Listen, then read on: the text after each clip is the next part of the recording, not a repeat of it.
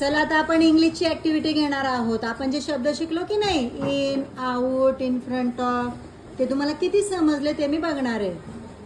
Okay, करायची सुरुवात. In the chair,